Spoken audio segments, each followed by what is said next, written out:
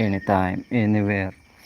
Sabi nga po ay dapat segundo lang, hindi ka pwedeng mawala ka sa mata ng kung sino man ang binabantayan mo dun.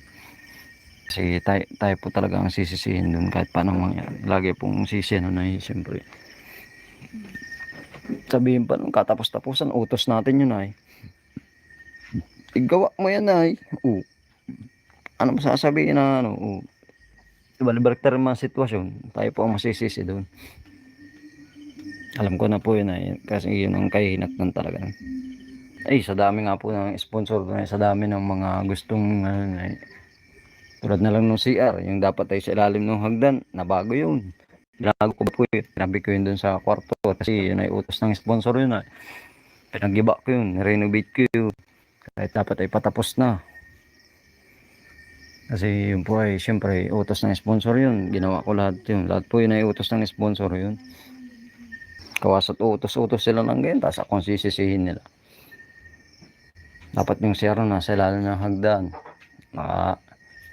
Di man yun maliit kasi maarte lang talaga sila. Gusto nila ay pang Hilux ay. Gusto nila kasi ay mansion talaga ay. Mansion pa lang gusto. Bakit gaganon lang ang lot area na binigay nila? Dapat tinatlo nila o 4 lot area. Dapat ay mga 20 by 20 meters.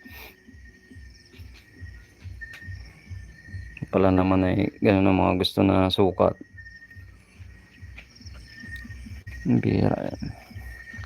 Ganun lang po yun ay. Sa akin naman po ay basta ako sumusunod lang ako sa utos ay. Wala akong ibang ginawa. Yun ay.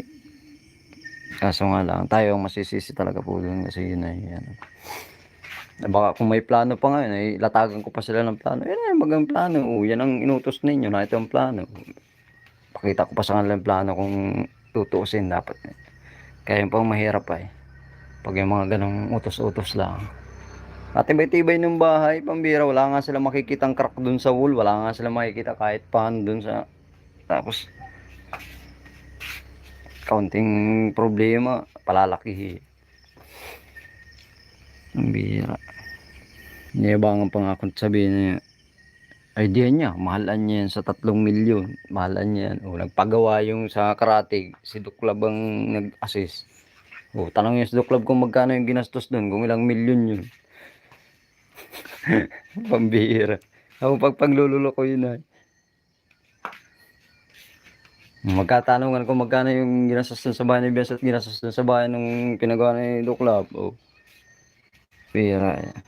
Pinag-iisipan pa ng masama yung pinatay na bahay. Kasi kahit pa po magmasid-masid sila kasi yun ang ano nila eh. Kasi sinasabi nga po namamahalan sila dun sa sa mahal daw yung bahay ni Biancy.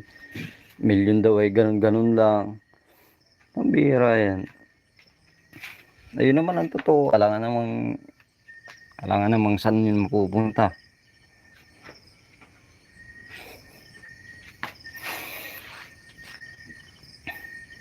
Kung naghihinala sana, hindi na nagbibigay ng gayon. Hindi tapos ang usapan. Ganun lang naman kasimple yun. Matulong ka na lang din. Wala naman, may kapalit naman pala. Hindi arayawan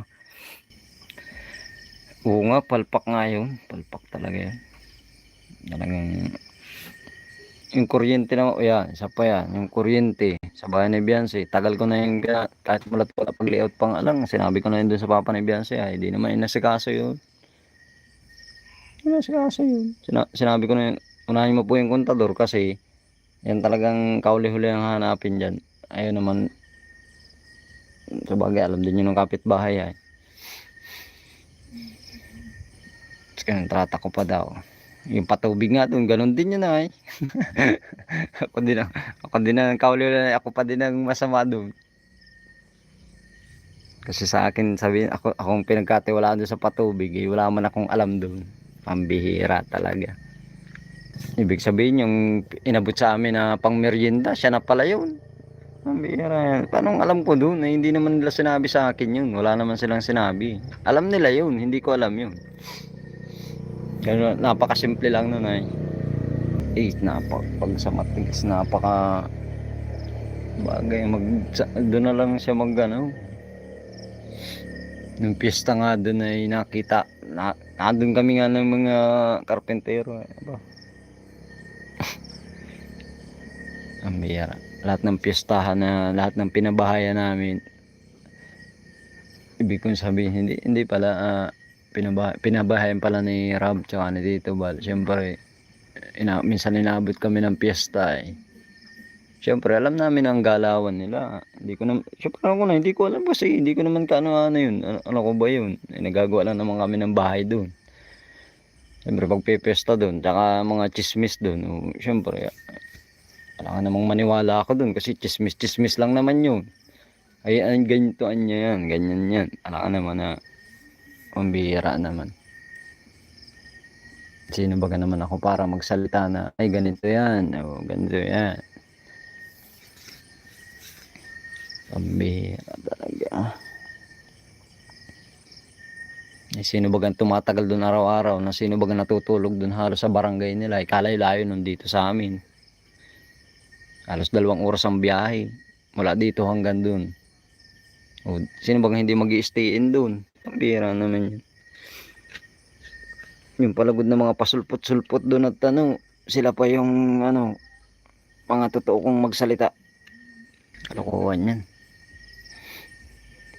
Nilagyan ng alambre, isang pa, pambihira, may channel, may C-channel nga sagada alambre. Ibig sabihin, dagdag tiba yun. Yung alambre po, pang lang yun, pang, natawag po natin na, turnbuckle.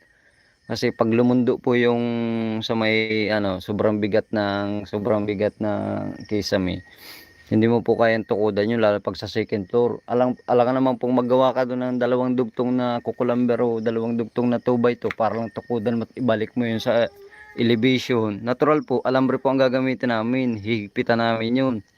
Tapos saka namin lalagyan ng C-channel, kaya nga po may C-channel, ay kitang-kita naman po natin sa vlog na yung alambre at yung C-channel ay magkadikit. Ang bira naman, napaka common sense naman. Alam po ng mga manggagawa yan.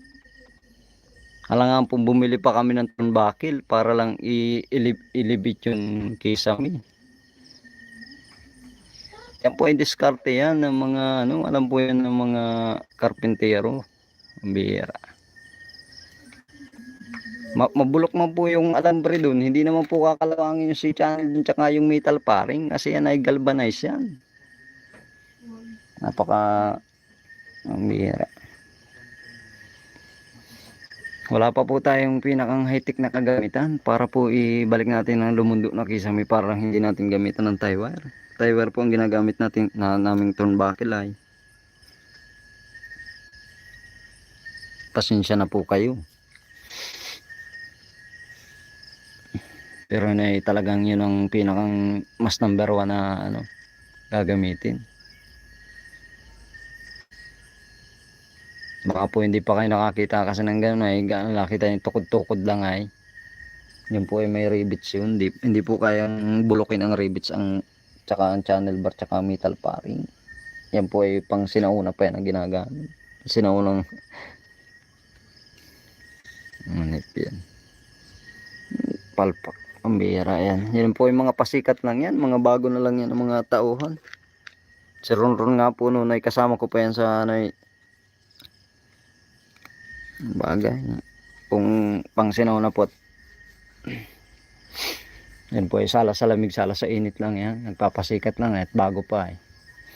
Pag po nagtagal-tagal yan, edi yan nyo po yan makikita. Baka po yan mga 1 taon lang, 2 taon lang yan na nandyan. Palpak. Ang bihira yan. Yan po yung mga pasikat lang yan. Mga bago na lang yan ng mga tauhan. Si Ronron nga po noon ay kasama ko pa yan sa bagay. Kung pang sinaw na po. Yan po ay sala sa lamig, sala sa init lang yan. Nagpapasikat lang at bago pa eh. Pag po nagtagal-tagal yan, edi yan nyo po yan makikita. Baka po yan mga 1 taon lang, 2 taon lang yan na nandyan.